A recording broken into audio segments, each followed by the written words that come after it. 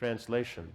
Because King Yayati completely surrendered unto the Supreme Personality of Godhead, Vasudeva, he was free from all contamination of the material modes of nature. Because of his self-realization, he was able to fix his mind upon the transcendence, Parabrahman, Vasudeva, and thus he immediately achieved the position of an associate of the Lord. Purport. The word viduta, meaning cleansed, is very significant. Everyone in this material world is contaminated. Karanam guna sangosya. Because we are in a material condition, we are contaminated either by sattva guna, by rajaguna, or by tamaguna. Even if one becomes a qualified Brahmin in the mode of goodness, sattva guna, he is still materially contaminated. One must come to the platform of Shuddha Sattva, transcending the Sattva Guna. Then one is Viduta Trilinga, cleansed of the contamination caused by the three modes of material nature. This is possible by the mercy of Krishna, as stated in the Srimad Bhagavatam 1.2.17. Shrinvatam svakata Krishnas punya shravana kirtanaha hridyantyasto hyabhadrani viruhnoti surit satam. Sri Krishna, the personality of Godhead, who is the Paramatma, supersoul in everyone's heart, and benefactor of the truthful devotees, cleanses desire for material enjoyment from the heart of the devotee who has developed the urge to hear his messages, which are in themselves virtuous when properly heard and chanted. End quote. A person trying to be perfectly Krishna conscious by hearing the words of Krishna from Srimad Bhagavatam or Bhagavad Gita certainly has all the dirty things cleansed from the core of his heart. Chaitanya Mahaprabhu also says, Chaito Darpanamarjanam. The process of hearing and chanting the glories of the Supreme Lord washes away the dirty things accumulated in the core of the heart. As soon as one is freed from all the dirt of material contamination, as Maharaj Yayati was, one's original position as an associate of the Lord is revealed. This is called Sarup Siddhi, or personal perfection.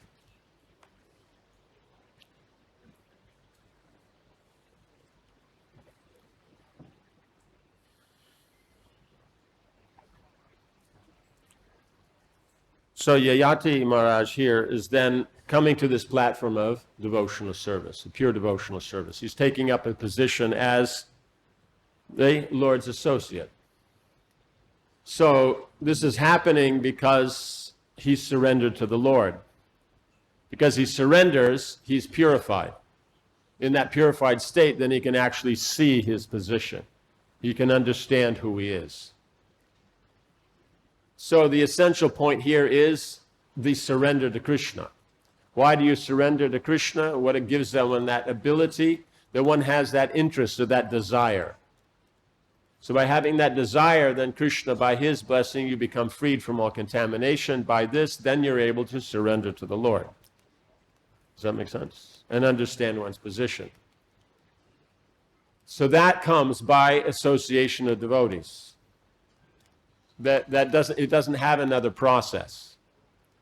So depending upon your taking this seriously and surrendering, then we see, then Krishna reciprocates, the heart is purified, then we're able to take up that process very properly, and having taken that surrender, Krishna then reciprocates, and then one understands one's relation with Krishna. So there is no material situation, no material process that can generate this. Right now, Yayati is going, he's taking the youth of his son, he's enjoying himself for 1,000 years. This is not producing bhakti, this is not producing faith. It has to be very clear about that, because sometimes we'll try to say, yes, but what I'm doing, without that, I wouldn't be engaged in devotional service, as if karma actually has something to do with devotional service. So we have to be very careful about these things.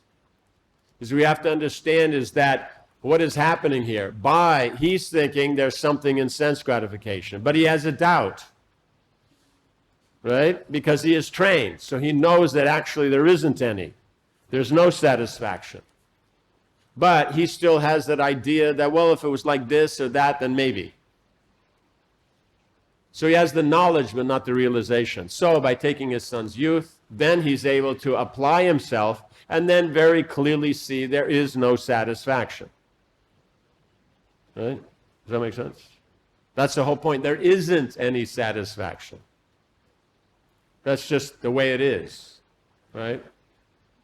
So then appreciating that, then what does that leave? Because he has knowledge, he's had associate. Then he takes up that desire to surrender to the Lord. Right? Then to serve the Lord. Then by Krishna's grace, he becomes purified so that he's able to accomplish that surrender and take up a position as the Lord's associate. So this is what's happening in the process. That's why this story is important. Because it shows that it's surrender to Krishna that makes everything work properly. The idea that all these other religious activities, they're the actually dynamic thing. No, they're just there so that you come to the point of understanding only bhakti works. Only surrender to Krishna works. Other things don't work. That's the importance of them. Does that make sense? That's the whole idea. Because here we're in 9th canto. We're getting ready for Krishna's pastime. So it has to be very clear.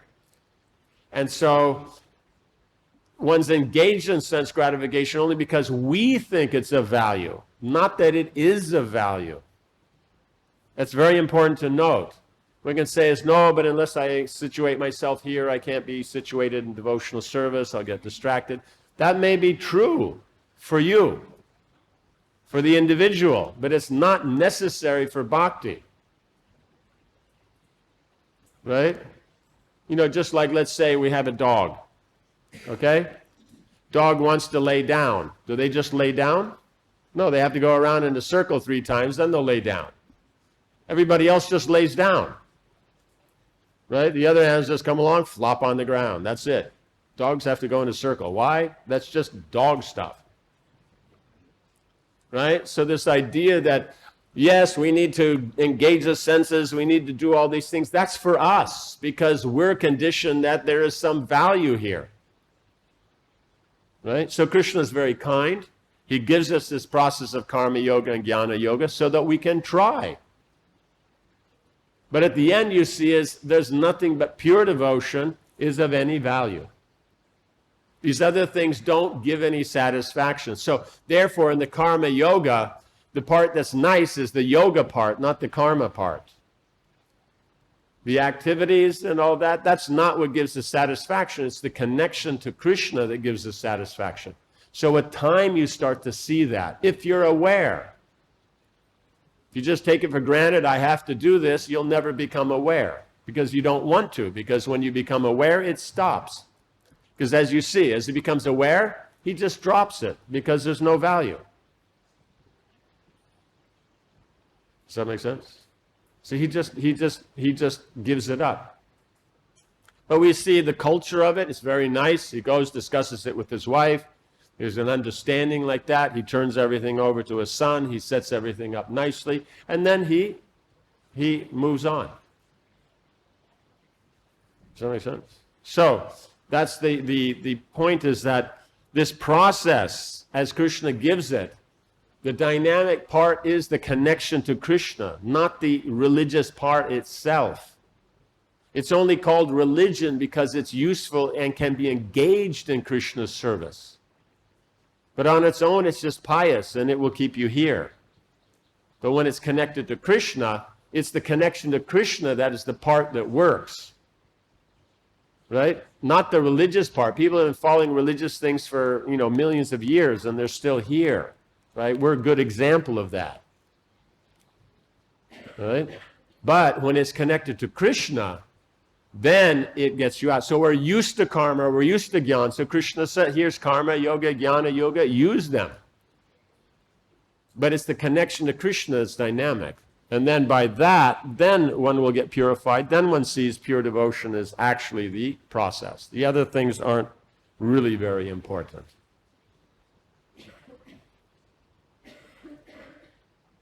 So that's yes.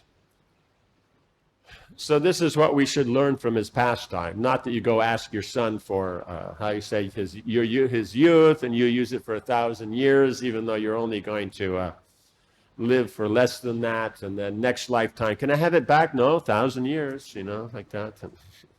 Yeah, we don't do that part.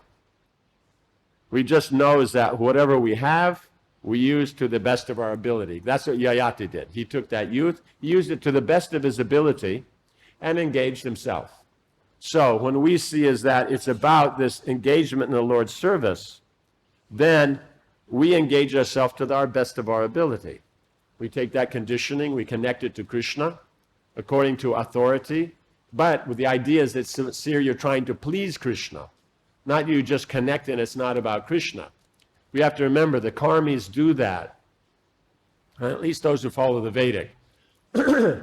Karma means you're taking the activities that are actually meant as bhakti and using them because of the benefits you'll get for karma. Does that make sense? Just like this. See, is that we've all heard that in karma and jnana, they only work because of bhakti. Right? And then we're saying, but they're not devotional. Why is that there? And so we can look at it from an indirect way. Yes, that they're devotional means that they have to devote themselves to that religious process. They have to be sincere about their study or their work or their relationships. And that devotion then is what we're talking about. Why? Why would it be devotion? Because Krishna is those things. If one's devoted to one's work, Krishna is money. He is the process of economics. He is the reason that economic processes give results. Otherwise, why should they give results? Right? You put your toast in the toaster and it pops up. You don't get, it's not money pops up. Right? Unless you have a toaster, you're sitting out on the sidewalk and you're making toast and selling it, but that might not work here. You'd probably have to go to Surat to do that, right? Then you can make money. But I would also recommend putting like an aloo padi on top, some masala and stuff like that. Then you'll do good. But the point is you have to follow the process of business. Krishna is business. So you are devoted. But it's not direct devotion because the intention is not pure devotion. Right? The intention is profit.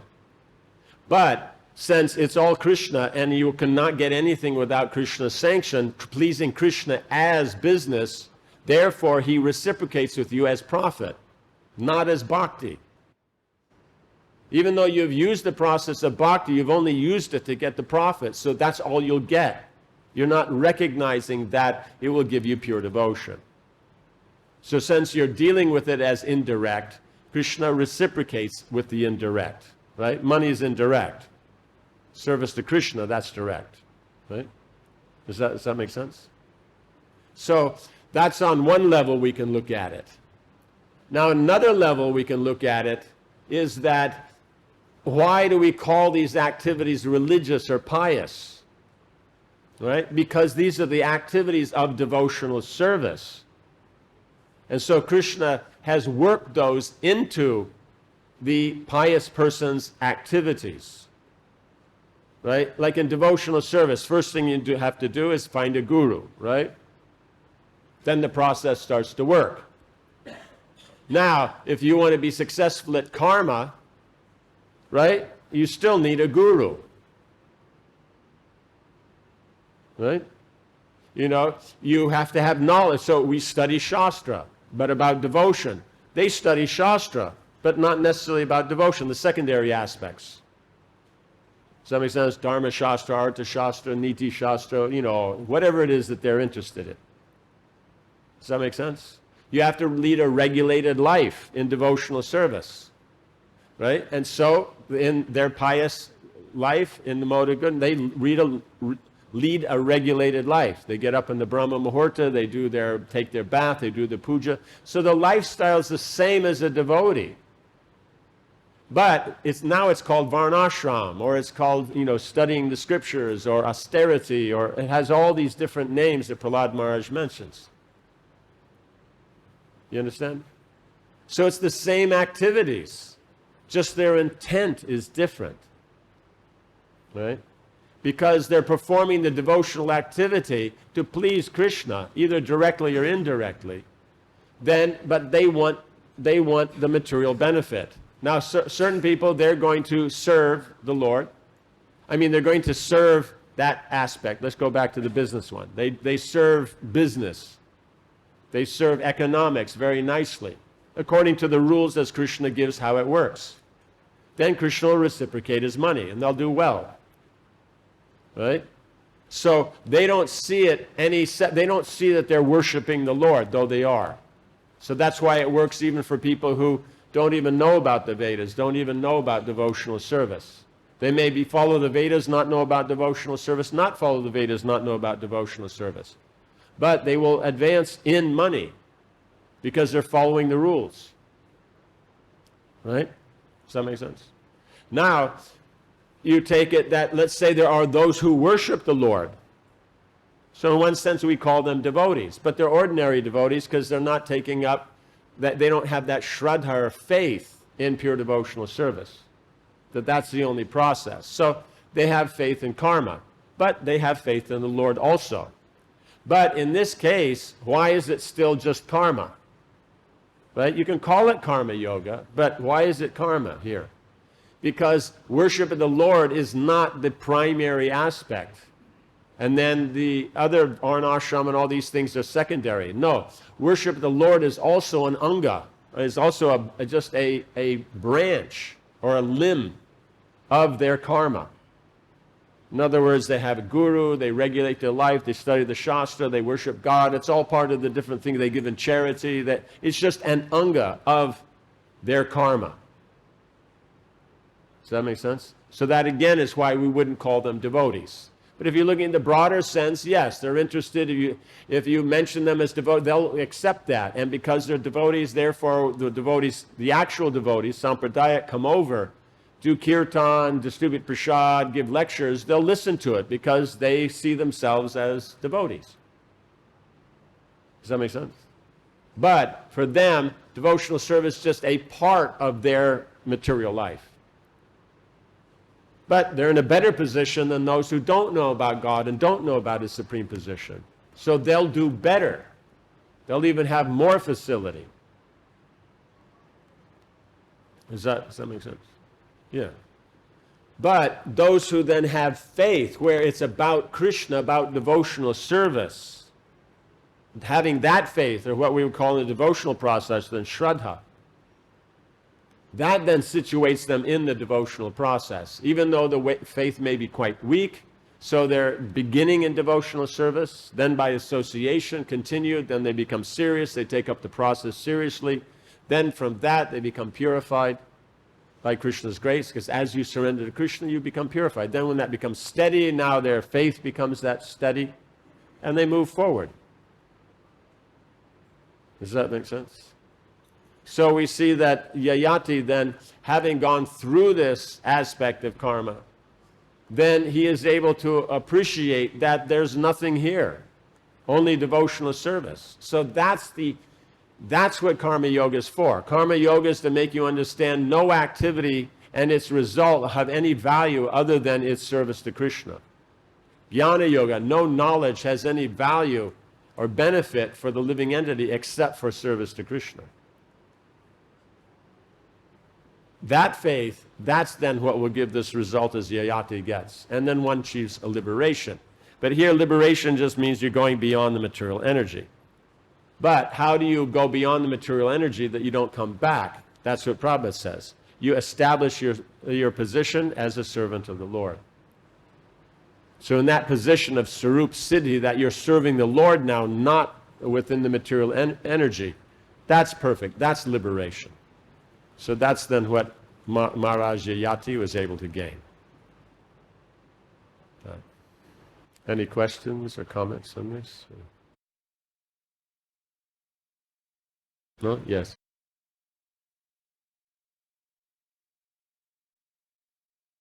Now we that know that we have this process, we have our spiritual master, everything is there for us. How to maintain the hope that we will become of this beautiful world. Maintain the hope that yes, it is Okay, how will we have the hope? Okay, so now if we look at it, how to have the hope that we'll get out of here and go back to Godhead, right? Is that, yeah. So this, by following the devotional process, right? Is that what you're saying? As opposed to like bungee jumping or something else? Or... Sometimes looking at the anarthas in the heart, looking at how much anarthas are there in the heart, okay. I become hopeless that will I ever be able to make it in this lifetime. Okay. Let us say you have a nice, 12-gram solid gold ring. Okay? You can relate to that? Or you don't relate to gold or rings? Or can you relate to 12 grams? Yeah? Is that a solid ring or not? Yes? No? Okay. So, let us say somehow or another you're there in your yard or something like that, and something's there, it's itching, you're doing something, and you drop it in the mud. Okay? And it's a lot of mud. You reach down and you pick it up, and there's 150 grams of mud on that ring. Right? That ring is only 12 grams. Okay? So now do you lose all faith and all hope that this ring can ever be pure again? Why do you have that faith? You know the ring is there, but the point is okay, there's a ring there, right? Now what if it was a plastic ring that you got from one of those bubblegum machines? Right? You drop it in the mud and okay, well that's it, and keep walking, right? So, that's because you know it has value. Right? And you know that the cleaning process works. You take it in the house and put it under the tap and running water, it will become clean. So the point is when the ring drops in the mud, does the ring itself become contaminated? No, it's just contamination around. Right? So the soul is eternally pure, eternally liberated. There's no question of it being contaminated. Right? It's like the gold ring. It's just that it becomes covered by all these things. Right? So we are not these things. We're not the contamination. It's because we identify with them and think I'll get some benefit with them. That's why the problem. That's why we're connected. When we give up, like Yayati, that there's any benefit in it, then we're not controlled by it. We go beyond the modes of nature. You understand? So that's why it says about faith. The faith develops. So when we have solid faith, that unswerving faith that's talked about in the scripture, that's because we know that devotional service is the only process.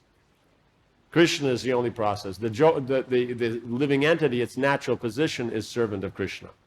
Right? Has any other process we've worked until now worked? Anything we've used up to now, has it gotten us out of the material world? No, because if it did, we wouldn't be here to be worrying about it. Right? So it hasn't worked. Right? And samsara means it goes around, means you've been in every species of life and situation that there is. Right? Does that make sense? You've done it all, I say. Does that make sense? So, but here we see as great personalities, they follow it, it works. So why wouldn't we have faith? What's your alternative? Right? What is it? Billie Eilish or something? Or, what I'm saying? What's your alternative?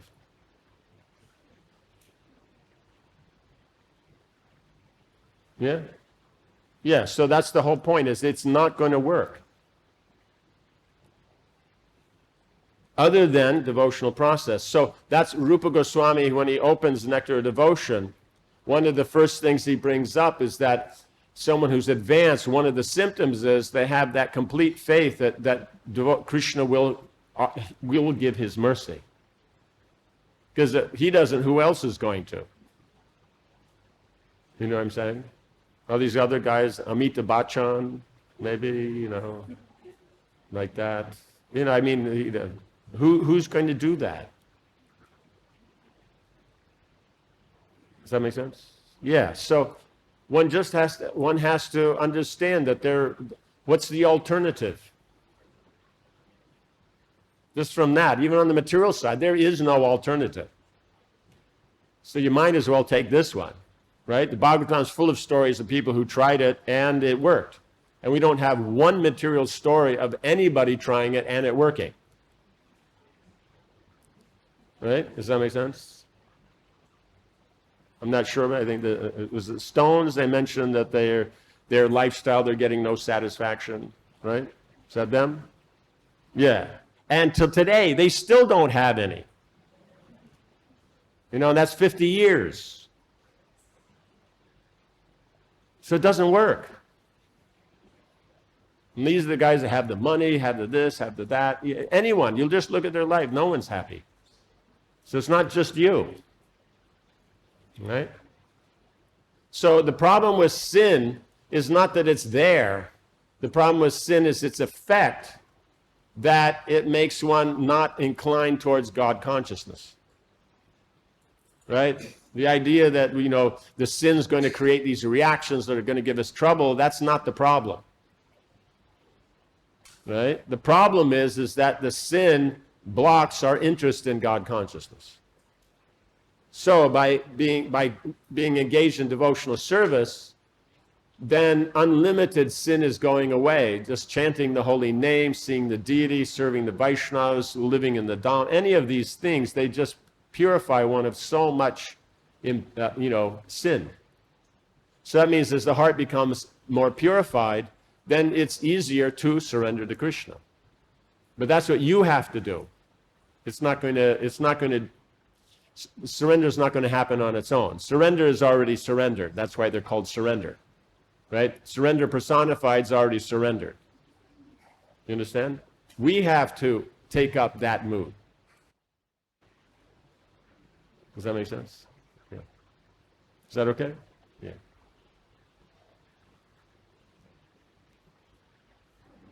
Yes.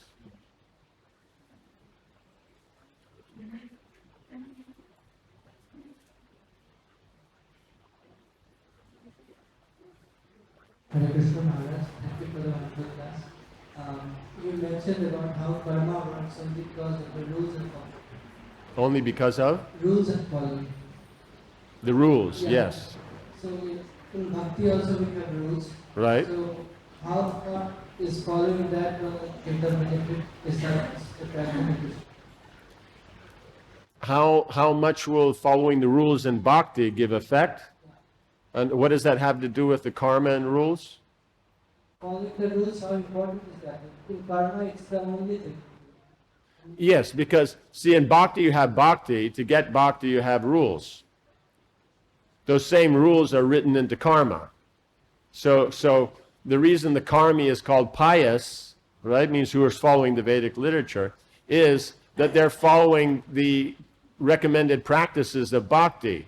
Though because it's not about conscious of Krishna and trying to please Krishna, it's not defined as bhakti. Right? It's just karma. Does that make sense? Let us say you go into the kitchen, you cook all kinds of nice things like that, then you take them out, into a shop and sell them. Right? That would be business, right? What if you go into the same kitchen, cook the same preparations, but you just sit down with your friends and eat it? Is that called business? No. But the activity of cooking is exactly the same. Right? So that's the whole point. These activities of karma that are mentioned in the Shastra, they come from bhakti.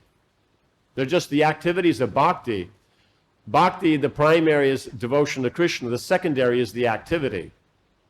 But in karma, as you mentioned, the activity itself is the primary. Because they don't have Krishna. Does that make sense? Now, why are these rules there? Right? So you'll have rules in the form of sadhana bhakti. Sadhana means practice. Right? It means if you have love for Krishna, you don't require sadhana because you already have it. Does that make sense? So you practice something that you don't have, and when you have it, you don't have to practice it. You just use it. Right? So now, let us say you're eating. Okay? You're okay with eating, or you're not freaky about eating or something? Because, I mean, nowadays, sometimes the examples absolutely don't work because the person doesn't relate to them, right? Does that make sense? Okay, so you're okay with eating. Okay, now you sit down, and there you have whatever you're eating on the plate, right? You know, whatever it is, the main grain and main vegetables and other things like that. You also have some lemon, you have some achar, you have, a few things like some chutney, like this and that, okay? Now, if you're eating the sabji and it has full flavor, you don't need any achar, right? Right? Now, let's say the flavor's less. You use some achar. Or the flavor's okay, but there's not enough salt. You just put the salt. Right? Does that make sense? So in other words, the idea of the taste, that full taste, when you're eating, you just follow that path of full taste. Does that make sense? How much sabji, how much of the other things, how much this and that, when you drink, it's just a matter of the taste. You're following that, right? So we do that spontaneously, right? You like to do that, right? Does that make sense? Right? It's not that, you're going to eat it like this and your mother says, oh, eat it with some achar. And you say, no, I like that there's no flavor. You understand? Yeah. So you follow that path. So the point is, when they have prema, that taste of love of Krishna, they just follow those things that bring out that love for Krishna. That remembrance of Him, that service of Him, those activities, the association, the situations, they just put themselves in those. Like Mother Jashoda, she's out there, she's in Nanda Bhavan. So now there's all kinds of opportunities to do parental stuff for Krishna. Does that make sense? You put her out at midnight, at Govindastali. What does she do for Krishna at that time? You know what I'm saying? There's no path there for her. Does that make sense? So she's going to follow that which has that. Now the path they take in prema, right? That's called rag atmika, right? Means they're following that rag, that attachment to Krishna. Right? So Mother Jashoda, she has the Vatsalya Rati. So she follows that path, right? Because she is on that path, right? So that's called rag atmika, means the raga or attachment is their life. Right? Now, people who are following in the footsteps of that, that's called rag anuga, means following the footsteps of them. Right? Then, to follow, but that means that there is some attraction. But if there's no attraction, you just intellectually understand that this is good, then that's the rules of the sadhana. Okay? Because otherwise you wouldn't know what to do. Mother Jashoda knows what to do. Someone doesn't have to come along and say, well, here it says in Parenting 101 here that, They don't have to do that, right? So what Mother Jashoda does in service to Krishna, what the Brajabasis do in service to Krishna, that's what's documented as the rules and regulations. That's the secondary. They naturally follow that. We don't. We have to follow it because it's rules given to us. But as long as it's the rule, that's why we're following it, that's Vaidhi. And when it becomes that this is the rule because this is what the great personalities do, so it's trying to please Krishna by doing this, then that becomes spontaneous. Does that make sense? And then that comes to, it goes farther and farther. Does that make sense? So without the rules, we wouldn't know what to do. We wouldn't know what Krishna likes, what he eats, how he dresses, all these different things. Because that's what's important. How we look and how we dress and how we eat actually doesn't matter. You know what I'm saying? That's not the dynamic thing that takes you back to Godhead. Does that make sense? So That's the whole point, is that you have to see how these are in connection with Krishna. So that's why we do things in connection to Krishna. Does that make sense? The reason we're vegetarians, because that's what Krishna is. And we offer things to Krishna and take his remnants. He's vegetarian, that's why we're vegetarian. You understand? So we're following that. In the beginning, it's just rules and all that, but after a while, it's no, this is what Krishna eats. You know what I'm saying? If we make it about what we eat, then it's not, that's doesn't fit into one either being, oh, we're conscious. So that first part of Rupa Goswami's verse we have. Second part, that we're conscious of Krishna, that's missing. And that is free from, and is favorable to Krishna, that's missing. And is free from karma and jnana, that's all missing. But we have one out of five, you know, so we can say,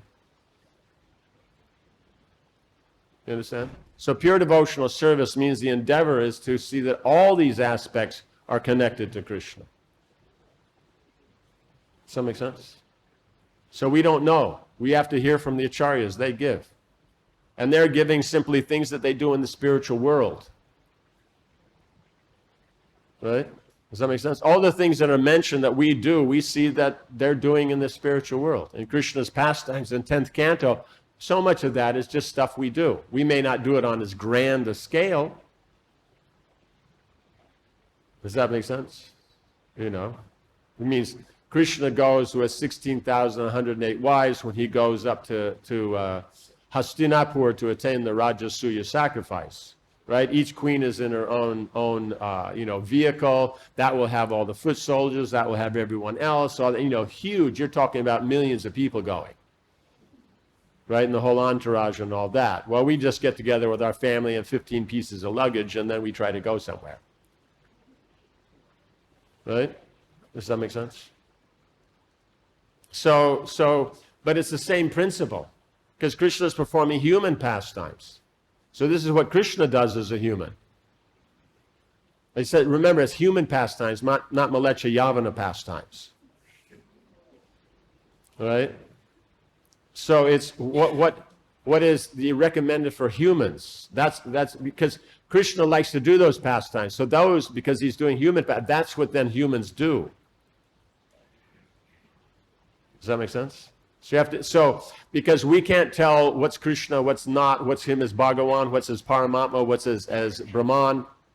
The acharyas therefore give to us, the Shastra gives to us, and we follow that. We don't make it up. Does that make sense? Then it works. And if we don't follow that, then, it won't work for us. Does that make sense? Yeah. Something else? Or? Yes. In the back there.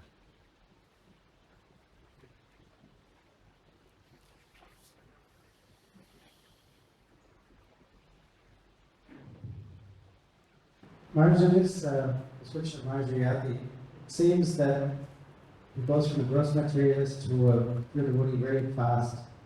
And I was trying to understand where is bhakti actually coming from, because in other stories we can see like Nayaguni or somebody comes and reminds the personality about Krishna, but here it seems it's just somehow himself it's sprung up, or maybe it's from his previous training, or giving insight on that.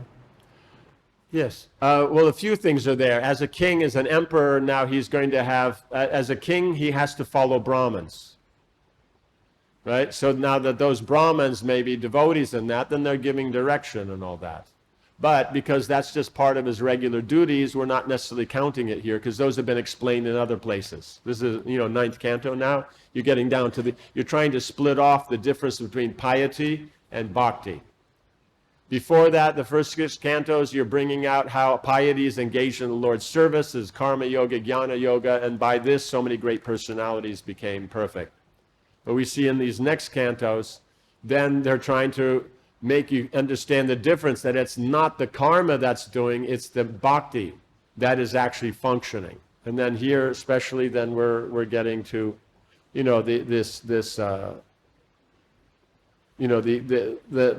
end of this. So it's not many, we're almost near the 10th canto. And so you have to make it very clear there. But the point is, because we know that it's only by association this could happen, then there's most likely here that he has some association. It may not be someone like Narad Muni or that then that pastime is something like Yudhishthira Maharaja that would be mentioned, because that's also, I think, here in, no, that's 7th canto. So that's there. Or, as I said, from previous life, but then you wouldn't necessarily see. He has to get trained. He's the emperor. He would have gone to Gurukul. He would have been trained. He would have been trained under Brahmins. That he's coming out with this conclusion of bhakti means there must have been some devotion there. That would be the aspect.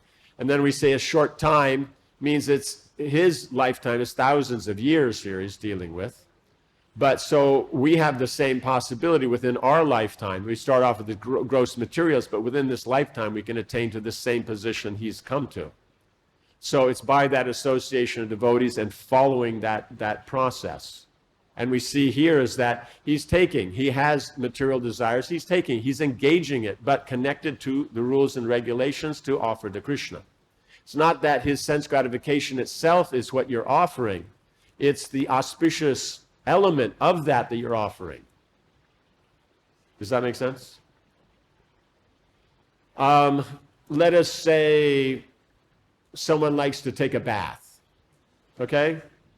And so in there you have the water, you have the temperature, you have, whatever it is, scrubby stuff you have, and your soaps, and your, just the whole, whatever it is that goes into that enjoying their bath.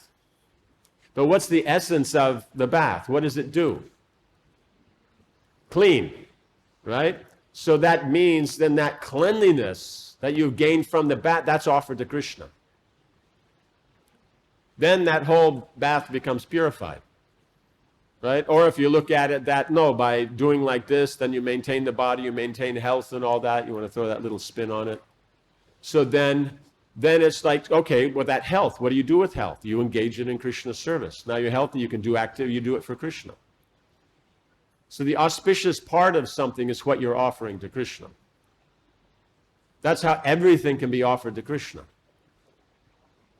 You just have to be able to find what is that auspicious aspect. That auspicious, the generic aspect, that's Brahman. So it's Krishna.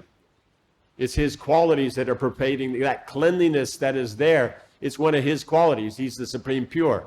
That emanates, he has that quality, and the effulgence of that emanates from his body and spreads throughout the universe, all pervading. So that means then when you have the form, let's say of the bath, that it can manifest that quality of Krishna, then it's there. And so then we connect it to Krishna. Right? Now, the aspect of regulation of that's Krishna's Paramatma, that we're taking our bath, we're getting up in the morning, we're taking our bath here, our noon bath or evening bath, or not taking it right after prasad, but taking before. These kind of regulations that we're considering that, we're following the rules to please the Lord, so we're pleasing the Lord as Paramatma. But ultimately, that has to be about pleasing Krishna as a person. That's why we're doing this. He's a person, and we're trying to do the things that he likes. Does that make sense? Yeah. So he's doing that and seeing that, engaging the senses, it has its limited position. Does that make sense? It's like for us, a feast, okay, it's something fancy we get to eat. But the point is the feast, it's not, that is there. But why it's nice is because it's something the devotees have cooked these things for Krishna, offered them to Krishna, to please Krishna. And then being a festival and putting in that extra devotion, that's what makes the feast nice. And then feast generally are with devotees, so there's association. It's connected with some programs connected to the Lord, some kirtan, some artik, some other services, some deity worship. And so that's why it's nice, is because of those direct aspects. And the taste is Krishna, so it's there, but just that we're looking at, I get something nice to eat, but because it's connected to Krishna, we'll get benefit. But when we see it connected beyond just the senses, how it's connected to Krishna as a person, then that's when we get the benefit like Yayati's getting. Does that make sense? So we engage the senses in the Lord's service, and then we get purified. But we have understanding that this higher principle, then we surrender. then we can attain this. If we just said, I'm good, I'm okay, we have to leave it kind of at that, because we won't say, I'm okay, you're okay. That's an old, archaic thing. We'll say, I'm okay, everyone else is not quite okay. Right? If they're doing what I'm doing, then they're okay. But, so how you say, archaic example won't work anymore. Right? So, you have to see it that it's about Krishna as a person. But in any case, it's about Krishna as Brahman, Paramatma. You're still purified, you still advance in devotion. But that brings you to the point of surrendering to Krishna as a person. You're a person, he's a person, we surrender. Does that make sense? Because that's what you're dealing with. I as a person am rendering service. Right? All the other things that are around, the contamination, the sin, all that's external. Does that make sense? So that's not the problem. We identify with it, so it's a problem. Right? If we walk around with a rubber boot on our head or something and identify with that, then it may get into trouble. It may cause problems. It's only because we identify with it. We don't actually have to have the rubber boot on our head. We can give it up. But if we identify, I'm the most sinful, then you have to have sin to be the most sinful. You have to give it up. So when the Acharyas are talking about that, they're talking about that they've forgotten Krishna. That's the important point. Not that I'm sinful and sinful is bad. It is a problem. But why is it a problem? Because we forget Krishna. So you see in the prayers of the Acharyas, when they talk about how sinful they are, it's always in connection with that they're forgetting Krishna. Not that I'm sinful and sin is bad, and so therefore I'm a bad person. It's always about the remembrance of Krishna. That's the problem. Because even not thinking of Krishna, then the Acharyas will consider that sinful. Does that make sense? Yeah? Is that good? Yeah? Okay, so end here. Jai Grantharaj Srimad Bhagavatam ki, Srila Prabhupada ki, Samaveta Bhaktivinoda ki, Jai Nitai Gaura Premanandi.